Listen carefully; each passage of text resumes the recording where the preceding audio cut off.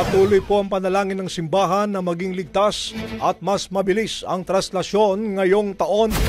Paalalang 2024, mga kabrigada, naitala ang pinakamabilis na pagbalik ng andas sa 14 hanggang 15 oras labang.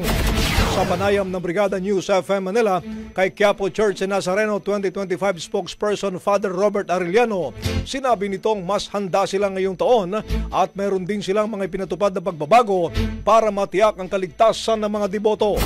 Kabilang narito ang mga enhancements sa andas gaya ng sunroof at high-powered exhaust fan upang matiyak ang kaligtasan at ginhawa ng mga debotong pupunta. Sa pamamagitan nito, maiwasan daw ang pagmoist sa loob ng glass enclosure sa Nazareno. Mas pinatibay din daw ang gulong at mayroon ding CCTV ang nasabing andas.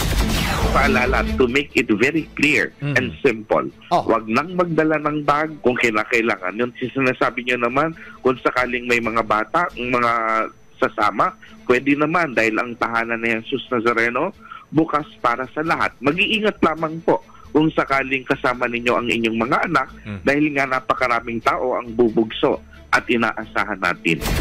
At sa uli mga kabrigada, tuloy-tuloy ang paalala ng simbahan na mahigpit ay pinagbabawal ang pagsampa sa andas.